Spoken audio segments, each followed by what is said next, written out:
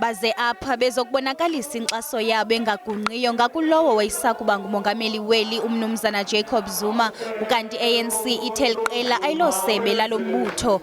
Qela labaxhasi bakamnumzana Jacob Zuma lithi okaZuma ucutshiwe. We do not believe that this is a matter which is a criminal court case. It is a political court case.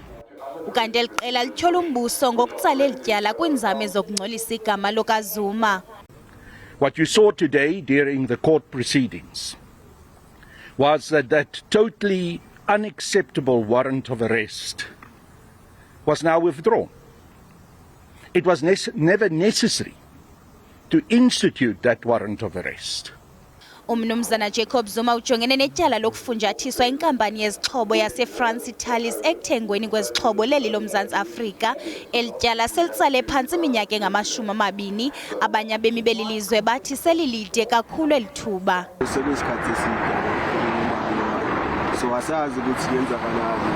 So mhlawumbe abangasaphethe yabo okubasitshela ukuthi like kube nama results yabo.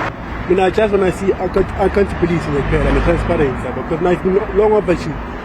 Kungokunje qela limemelela ukuba lichithwe lityala.